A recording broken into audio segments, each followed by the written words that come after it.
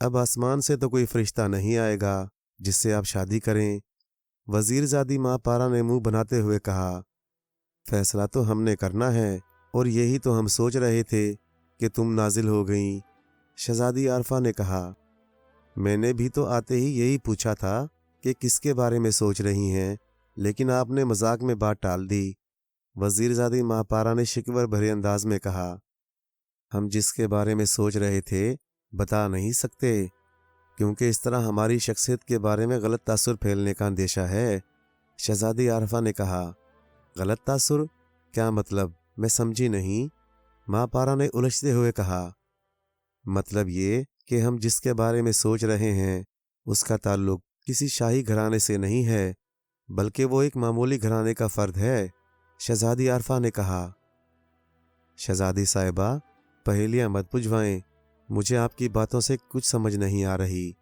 وزیر زادی ماں پارا نے کہا، ماں پارا، تمہیں پتہ ہے کہ پچھلے دنوں ابا حضور کے شاہی چڑیا گھر کا آئینی جنگلہ محافظ کی غلطی کی وجہ سے کھل گیا تھا، اور اس میں سے 4 ببر شیر نکل کر آبادی میں گھس گئے تھے اور انہوں نے ریاست کے کئی افراد کو چیر پاڑ کر رکھ دیا تھا۔ شہزادی عارفہ نے ماں پارا کی طرف سوالیہ نظروں سے دیکھتے ہوئے کہا، ہاں، اور مجھے یہ بھی پتہ ہے کہ بڑے بڑے جنگجو سپاہی انہیں زندہ پکڑنے یا مارنے میں ناکام رہے، اور اس طرح ملک میں کئی روز تک بہت خوف و ہراس پھیلا رہا۔ آخرکار ایک لکڑہارے سلمان نے اکیلے انہیں مار ڈالا، اور بادشاہ سلامت نے لکڑہارے سلمان کو دربار میں بلا کر خصوصی انعام بھی دیا تھا۔ وزیر زادی ماں پارا نے آگے خود ہی ساری تفصیل بتاتے ہوئے کہا، تو سنو، یہی سلمان ہمیں پسند آیا ہے۔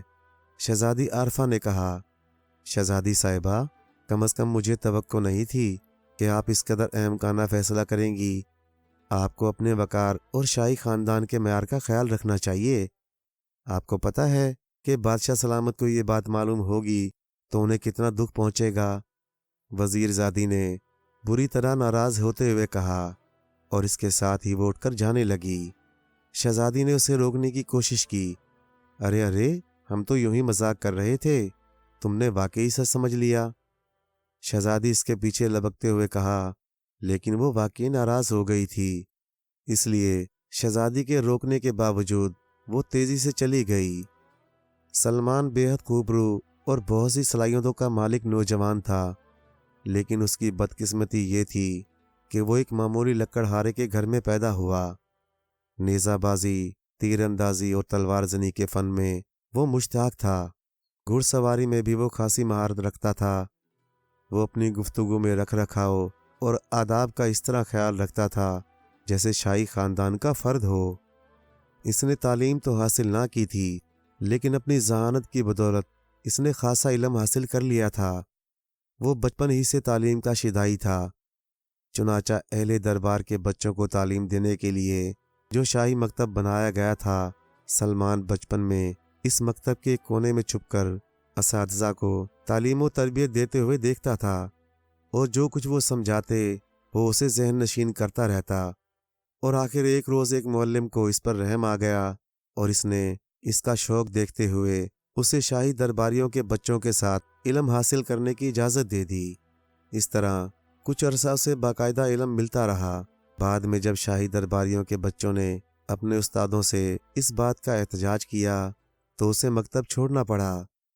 تاہم اس مختصر عرصے میں وہ شاہی آداب، رکھ رکھاؤ اور گفتگو کا سلیقہ سیکھ گیا تھا۔ سلمان پر کچھ دنوں سے عجیب سا اضطراب طاری تھا۔ وہ خود بھی یہ نہ سمجھ سکا کہ یہ کیسا اضطراب ہے۔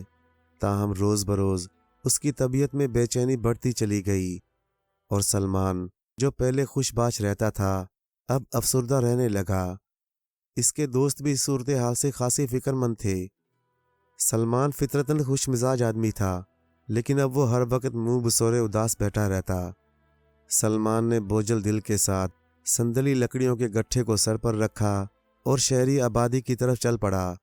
دوسرے لکڑہارے عام لکڑیاں بیچتے تھے، کیونکہ سندل کے درخت جنگل کے سب سے گھنے حصے میں تھے، اور وہاں طرح طرح کے جنگلی درندوں سے واسطہ پڑتا تھا، اس لیے دوسرے لکڑہاروں کی تو وہاں جاتے ہوئے جان نکلتی تھی، جبکہ سلمان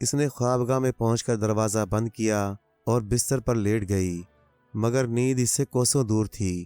اس کا دل بری طرح گھبرا رہا تھا کہ ہو نہ ہو سلمان کسی مصیبت میں پھنس گیا ہوگا، لیکن وہ اپنی اس پریشانی کا اظہار کسی کے سامنے بھی نہ کر سکتی تھی۔ اس کا دل ڈوبنے لگا اور وہ آہستہ آہستہ سسکیاں لے کر رونے لگی۔ اسی طرح تمام رات اسے نیند نہ آئی۔ صبح کنیز اس کے لیے ناشتہ لے کر آئی تو اس نے ناشتہ بھی واپس بھجوا دیا۔ بادشاہ سلامت کو خبر ملی تو وہ دوڑتے ہوئے آئے۔ دیکھا تو شہزادی کو خاصا تیز بخار تھا۔ شاہی طبیب کو بلایا گیا اور اس نے شہزادی کے لیے کچھ دوائیں اور مشروب وغیرہ دے دیے۔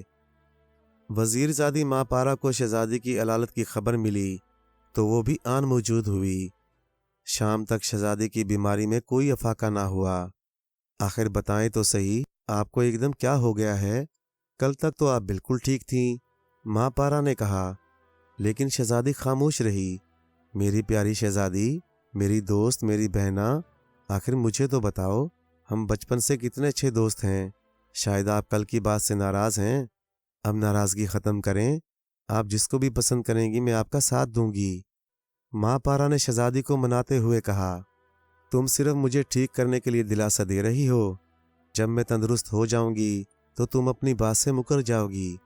شہزادی نے بے یقینی کے انداز میں کہا، لو میں وعدہ کرتی ہوں۔ ماں پارا نے شہزادی کی طرف ہاتھ بڑھاتے ہوئے کہا اور شہزادی نے اس کے ہاتھ میں اپنا ہاتھ دے دیا۔ اتنے میں دروازے پر آہٹ محسوس ہوئی اور بادشاہ سلامت اندر داخل ہوئے۔ شہزادی بیٹی، اب طبیعت کیسی ہے؟ بادشاہ نے بڑی نرمی سے پوچھا۔ ابا حضور، پہلے سے کچھ زیادہ ٹھیک محسوس کر رہی ہوں۔ بیٹی، ابھی ابھی ہمارے سامنے ایک عجیب مسئلہ پیش ہوا ہے اور ہم اس سلسلے میں آپ سے مشورہ کرنے آئے ہیں۔ جی ابا حضور، کیا مسئلہ ہے؟ شہزادی نے چونکتے ہوئے پوچھا۔ ایک لکڑہارا سلمان، جس نے 4 ببر شیروں کو مار کر ہم سے انعام حاصل کیا تھا، وہ ابھی دربار میں آیا ہے۔ اس نے ہمیں یہ کہانی سنائی ہے کہ شاہ جنات کا بیٹا چاکاش جن بیمار ہے۔ اگر شہزادی کے تاج میں جڑا ہوا زرباف ہیرا کسی مشروب میں گھول کر اس جن کو پلایا جائے تو وہ ٹھیک ہو جائے گا۔ وہ لکڑہارا ہم سے یہ ہیرا مانگ رہا ہے اور ساتھ ہی وعدہ کر رہا ہے کہ وہ اسے ضرور واپس کر دے گا، لیکن ہم اسے اپنی شان کے خلاف سمجھتے ہیں کہ اپنی بیٹی کے تاج کو بے رونق کریں، اگر چاہیے تھوڑے عرصے کے لیے ہی کیوں نہ ہو۔ بادشاہ سلامت نے شہزادی سے کہا، ابا حضور، اگر آپ برا محسوس نہ کریں تو لکڑہارے کو ہمارے پاس بھیج دیں، ہم خود اس سے بات کرنا چاہتے ہیں۔ اگر وہ سچ بول رہا ہے تو ہمیں پتہ چل جائے گا اور ہم اسے یہ ہیرا دے دیں گے، لیکن اگر وہ جھوٹ بول رہا ہے تو تب بھی ہمیں اندازہ ہو جائے گا اور شاہی قانون کے مطابق اسے سزا دی جائے گی۔ شہزادی عارفہ نے کہا تو بادشاہ سلامت نے اس کی بات مان لی۔ چنانچہ تھوڑی ہی دیر میں سلمان کو اندر بلا لیا گیا۔ سلمان انتہائی عقل مند تھا۔ شہزادی کے چہرے کا ایک تاثر دیکھتے ہی وہ ساری کیفیت بھاپ گیا۔ سلمان، ہم نے سنا ہے کہ تم جھوٹ بولنے میں انتہائی ماہر ہو گئے ہو۔ اگر تمہیں ہیرا چاہیے تھا تو تم ہم سے ویسے ہی مانگ سکتے تھے، اس کے لیے کہانی گھڑنے کی کیا ضرورت تھی؟ شہزادی نے کہا، نہیں شہزادی حضور، میں نے جھوٹ نہیں بولا، سلمان نے کہا، اور اس کے ساتھ ہی اس نے درخت کاٹنے سے لے کر شاہ جنات سے ملنے تک کی تمام واقعات تفصیل سے بتا دیے۔ شہزادی نے محسوس کر لیا کہ سلمان ٹھیک کہہ رہا ہے۔ ہم تمہیں ہیرا نہیں بلکہ ہیرے سمیت پورا تاج تمہیں انعام میں دے رہے ہیں، کیونکہ اس دن صرف ابا حضور نے انعام دیا تھا، ہم نے نہیں، اس لیے آج ہم انعام دے رہے ہیں، شہزادی نے کہا، اور اس کے ساتھ ہی اس نے بستر کے ایک کونے میں رکھا ہوا تاج اٹھا کر سلمان کی طرف بڑھا دیا۔ شہزادی حضور، میں خود کو اس عنایت کے قابل نہیں سمجھتا، میرے خیال میں میری اتنی حیثیت نہیں، سلمان نے جھکتے ہوئے کہا۔ ہم نے سنا ہے کہ آپ تلوار زنی کے بہت ماہر ہیں اور ہم ابا حضور سے کہہ کر آپ کو اپنا تعلیق مقرر کرنا چاہتے ہیں، اس لحاظ سے آپ کی اہمیت شاہی تعلیق کی ہے۔ یہ تاج رکھ لیجئے، یہ ہماری طرف سے پیش کی معاوضہ ہے، شہزادی نے کہا، اور اس کے بے پناہ اصرار پر سلمان نے کافی اظہار تشکر کے بعد یہ تاج لے لیا۔ اس کے بعد وہ شہزادی سے اجازت لے کر رخصت ہوا وہ جلد سے جلد شاہ جنات تک پہنچنا چاہتا تھا تاکہ چاکاش کا علاج کر کے آکاش کو درخت کی قید سے آزاد کرا سکے۔ ایک دن کا سفر کرنے کے بعد سلمان ان کھڈرات تک پہنچ گیا جہاں جنات کی بستی تھی۔ پہلے کی طرح تیز آندھی چلی اور جب آندھی ختم ہوئی تو سلمان شاہ جنات کے محل کے سامنے کھڑا تھا۔ اسے محل کے اندر لے جایا گیا جہاں چاکاش اپنی زندگی کی آخری سانسیں لے رہا تھا۔ شاہ جنات سر جھکائے مایوس بیٹھے تھے اور پورے محل پر سوگوار فضا طاری تھی۔ سلمان نے ایک درباری جن کے ذریعے پیالہ منگوایا، پھر اس میں ایک صحت افزا مشروب ڈال کر اس نے زرباف ہیرا اس میں کافی دیر گھولا اور اسے شہزادہ چاکاش کو پلا دیا۔ کچھ ہی دیر گزری تھی کہ چاکاش کے جسم سے ایک دم سرخ دانے غائب ہونا شروع ہو گئے۔ چند لمحوں میں اس کے جسم سے تمام دانے غائب ہو گئے۔ اس نے کرہانا بھی بند کر دیا تھا۔ پھر چند لمحوں بعد ہی اس نے اپنی آنکھیں کھول دیں۔ وہ حیرت سے اپنے جسم کو دیکھ رہا تھا، جیسے اسے ایک دم تندرست ہونے پر حیرت ہو رہی ہو۔ پھر جب اسے سلمان کے بارے میں بتایا گیا تو وہ بے حد خوش ہوا۔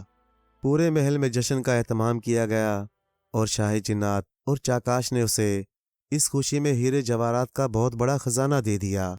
اے آدم زاد، یہ خزانہ ہم نے اپنی خوشی سے دیا ہے، لیکن ہم چاہتے ہیں کہ تم اپنی طرف سے بھی کوئی چیز مانگو۔ ہم تمہاری خواہش ضرور پوری کریں گے۔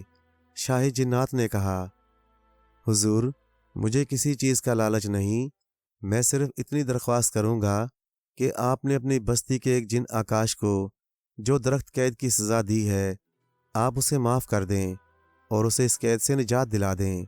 سلمان نے مؤدبانہ انداز میں کہا، ٹھیک ہے، ہم نہ صرف اس کی سزا معاف کرتے ہیں بلکہ تمہاری سفارش سے آج سے وہ ہمارے دربار کا اہم ترین رکن ہوگا۔ شاہ جنات نے گرجدار آواز کے ساتھ کہا۔ اس کے ساتھ ہی اس نے کچھ گڑبڑا کر فضا میں پھونک ماری تو بادل کا ایک ٹکڑا پیدا ہوا اور اڑتا ہوا چلا گیا۔ تھوڑی دیر بعد جب یہ بادل کا ٹکڑا واپس آیا تو اس پر آکاش جن بیٹھا ہوا تھا۔ آکاش جن نے سب سے پہلے شاہ جنات اور چاکاش کو جھک کر سلام کیا اور پھر وہ سلمان کے سامنے رکوع کے بل جھکتا چلا گیا۔ سلمان، میں تمہارے احسان کا صلہ کبھی نہ کبھی ضرور دوں گا۔ تم نے واقعی میری بہت مدد کی۔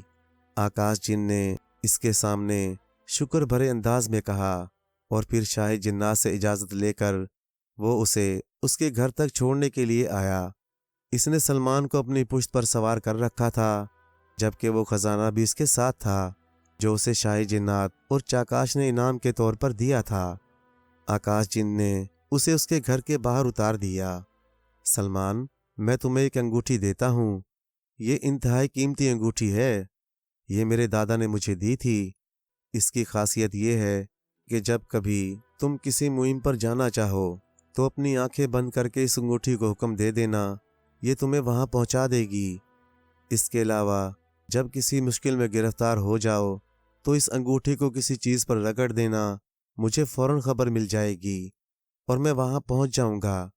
آکاش جن نے کہا اور سلمان بے حد خوش ہوا۔ اس نے آکاش جن کے سامنے ہی یہ طلسمی انگوٹھی اپنی انگلی میں پہن لی۔ اس کے بعد آکاش جن اس سے اجازت لے کر اپنی بستی کی طرف پرواز کر گیا۔ سلمان نے شاہ جنات سے ملنے والے خزانے سے اپنی بستی میں ایک انتہائی خوبصورت محل تعمیر کروایا جو کشادہ اور خوبصورتی میں کسی طرح بھی بادشاہ کے محل سے کم نہ تھا۔ اب سلمان نے ارادہ کیا کہ جا کر بادشاہ سلامت کا شکریہ ادا کرے، جس کے زرباف ہیرا دینے سے اسے یہ سب انعام و کرام ملا، اور اس کا ارادہ تھا کہ بادشاہ سلامت کو اپنے محل میں دعوت دے۔ اس نے ایک اعلیٰ نسل کا گھوڑا بھی خرید لیا تھا اور لکڑیاں کاٹ کر بیچنے کا پیشہ اس نے ترک کر دیا۔ جو ہی سلمان شہری آبادی میں پہنچا، وہ یہ دیکھ کر حیران رہ گیا کہ ہر شخص انتہائی پریشان اور غمزدہ تھا۔ اس نے ایک دو افراد کو روک کر ان سے پوچھنے کی کوشش بھی کی، لیکن کسی آدمی نے بھی اس کی بات کا جواب نہ دیا۔ اسے محسوس ہو رہا تھا جیسے شہر پر کوئی آفت ٹوٹ پڑی ہو۔ جب سلمان شاہی محل میں پہنچا تو اسے یہ بری خبر ملی کہ شہزادی کو کسی دیو نے اغوا کر لیا ہے۔ یہ خبر سلمان پر بجلی بن کر گری۔ بادشاہ سلامت کی حالت بہت خراب تھی اور وہ غم سے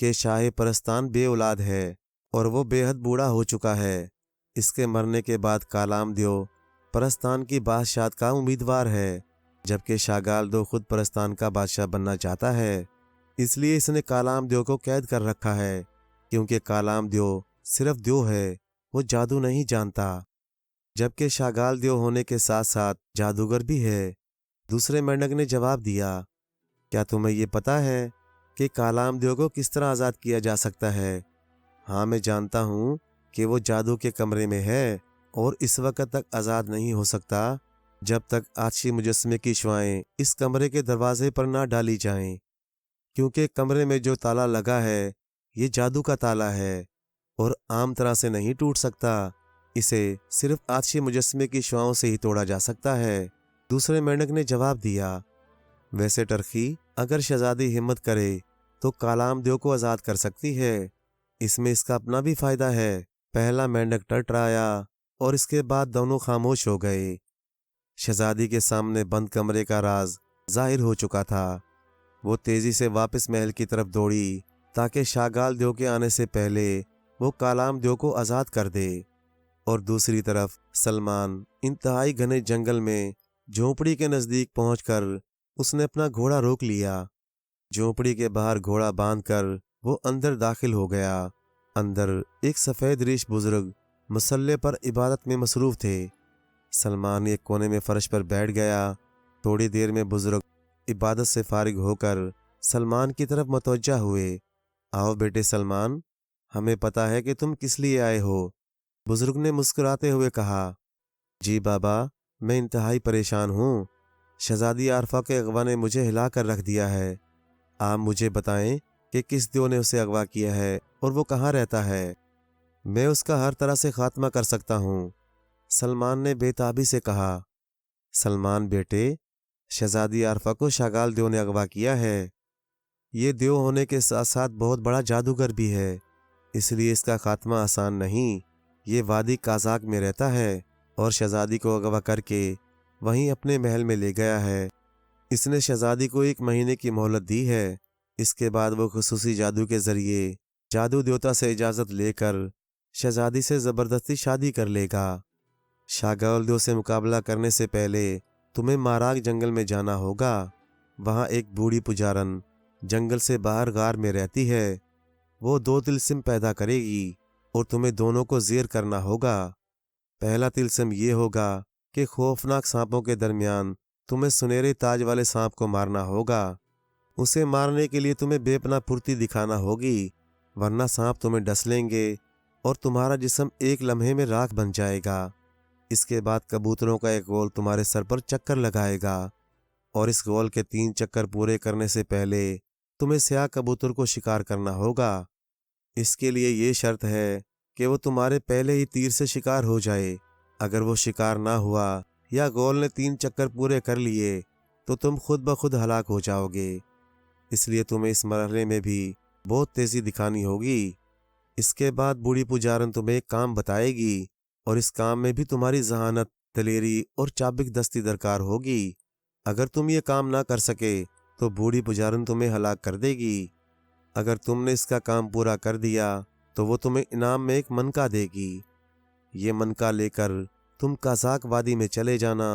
تم نے ادھر ادھر دیکھے بغیر سیدھا محل میں داخل ہونا ہے، اور جب شاگال دو تمہارے سامنے آئے تو یہ منکا اس کے جسم پر مار دینا۔ جو ہی منکا اس کے جسم سے چھوئے گا، اس کی جادوئی صلاحیتیں سلب ہو جائیں گی اور وہ عام سا دیو رہ جائے گا۔ پھر تم اپنی ذہانت سے مقابلہ کر کے اس کا خاتمہ کر سکتے ہو۔ یہ دیو تمہاری توجہ ہٹانے کے لیے مختلف حربے استعمال کرے گا، لیکن تم نے وادی میں داخل ہو کر سیدھا محل میں جانا ہے۔ اگر تم نے ادھر ادھر دیکھا تو شاگال دو تم پر وار کرنے میں کامیاب ہو جائے گا، اس لیے تمہیں بے حد محتاط رہنے کی ضرورت ہوگی۔ بزرگ بابا نے تمام تفصیل بتاتے ہوئے کہا، اس مہم میں خاصی مشکلات تو ہیں، لیکن اللہ تعالیٰ کارساز ہے، انشاءاللہ میں کامیاب لوٹوں گا، سلمان نے پرعزم لہجے میں کہا، اور بزرگ بابا سے دعائیں لے کر وہ جھونپڑی سے باہر آ گیا۔ گھوڑے کو کھول کر اس نے چرنے کے لیے چھوڑ دیا تھا تاکہ واپسی پر آ کر اسے لیتا جائے۔ پھر اس نے آنکھیں بند کر کے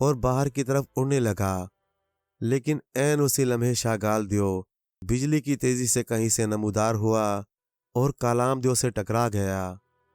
ان کے ٹکرانے سے یوں محسوس ہوا جیسے دو پہاڑ آپس میں ٹکرائے ہوں۔ پھر ان کے درمیان فضا میں خوفناک جنگ چھڑ گئی۔ وہ اڑتے ہوئے آتے اور ایک دوسرے سے بری طرح ٹکرا جاتے۔ دونوں اپنے خوفناک سینگے مار کر ایک دوسرے کا جسم چھلنی کر رہے تھے۔ پھر اسی طرح وہ فضا میں لڑتے ہوئے نظروں سے اوجھل ہو گئے۔ لیکن شہزادی انتہائی خوفزدہ ہو گئی تھی کہ جب بھی شاگال دو واپس آئے گا وہ اسے بدترین انتقام لے گا۔ وہ دل ہی دل میں خدا سے اپنے بچاؤ کی دعائیں مانگنے لگی۔ اسے اور کچھ تو سمجھ نہ آیا۔ وہ محل سے نکل کر اس تالاب کی طرف بڑھ گئی جہاں اس نے دو مینڈکوں کی گفتگو سنی تھی۔ جو ہی شہزادی تالاب کے نزدیک پہنچی وہی مینڈک پھر ٹرٹرانے لگے۔ ان کی آواز اب انسانی تھی۔ شہزادی تالاب کے کنارے بیٹھ کر غور سے ان کی باتیں سننے لگی۔ ٹروخی، تم جانتے ہو کہ شاگال دیو اور کالام دیو کی لڑائی کا کیا انجام ہوگا؟ ایک مینڈک ٹرٹرایا۔ ہاں کروخی، یہ دونوں ایک دوسرے کو بری طرح زخمی کر دیں گے اور اسی طرح فضا میں لڑتے لڑتے پرستان کی سرحد کے قریب پہنچ جائیں گے اور وہاں سے شاگال دیو کو واپس پلٹنا پڑے گا، کیونکہ پرستان کی سرحد کے قریب کالام دیو کا دوست قبیلہ رہتا ہے۔ دوسرے مینڈک نے جواب دیا، ٹروخی، اگر شہزادی اس تالاب میں نہا لے تو شاگال دیو کے عطاب سے بچ جائے گی، کیونکہ یہ اس کے لیے مقدس تالاب ہے، ورنہ وہ شہزادی سے بہت برا انتقام لے گا۔ پہلے مینڈک نے ٹرٹراتے ہوئے کہا، ہاں کروخی، شہزادی کو فوراً اس تالاب میں نہا لینا چاہیے۔ ویسے بھی سلمان لکڑہارا شہزادی کی مدد کو نکل کھڑا ہوا ہے، اس لیے شہزادی کے نجات کے دن قریب ہیں۔ دوسرے مینڈک نے ٹرٹراتے ہوئے جواب دیا اور پھر دونوں خاموش ہو گئے۔ ان کی باتیں سن کر شہزادی کے دل کو قدرے اطمینان حاصل ہوا۔ وہ فوراً کپڑوں سمیت تالاب میں کود گئی۔ تالاب کا پانی خاصا ٹھنڈا تھا، اس لیے شہزادی کو بے حد راحت محسوس ہوئی۔ کچھ دیر بعد شہزادی نہا دھو کر ابھی تالاب سے باہر نکلی ہی تھی کہ فضا شاگال دیو کی خوفناک دھاڑ سے گونج اٹھی۔ وہ چیختا چلاتا اور دھاڑتا ہوا زمین پر اتر رہا تھا۔ اس کے پورے جسم سے خون رس رہا تھا۔ اگر تم مقدس تالاب میں نہائی نہ ہوتی تو میں ابھی تمہارا حشر کر دیتا۔ تم خوش قسمت ہو کہ میرے عذاب سے بچ گئی ہو، شاگال دیو نے گڑگڑاتے ہوئے کہا اور تالاب میں کود گیا۔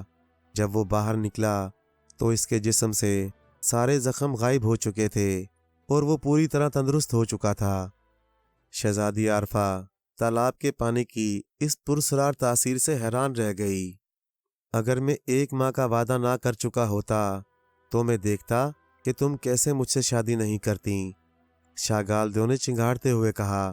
اس کی آنکھوں سے ابھی تک غصے کی وجہ سے شعلے نکل رہے تھے۔ شہزادی نے اس کی باتوں کا کوئی جواب نہ دیا۔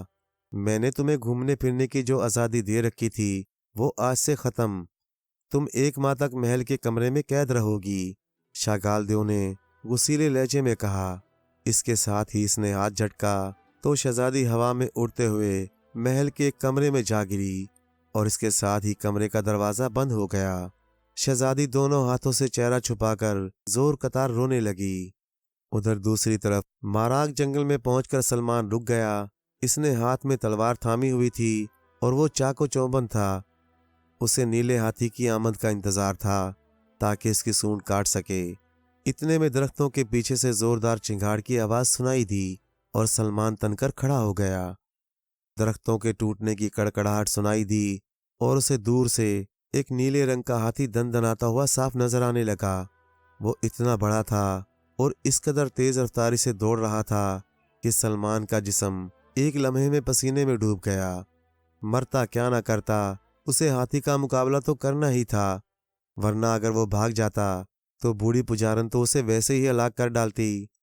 چنانچہ وہ تلوار اٹھائے اپنے اوسان سنبھالنے کی کوشش کرنے لگا۔ ہاتھی چنگاڑتا اور دندناتا ہوا اس کی طرف بڑھا۔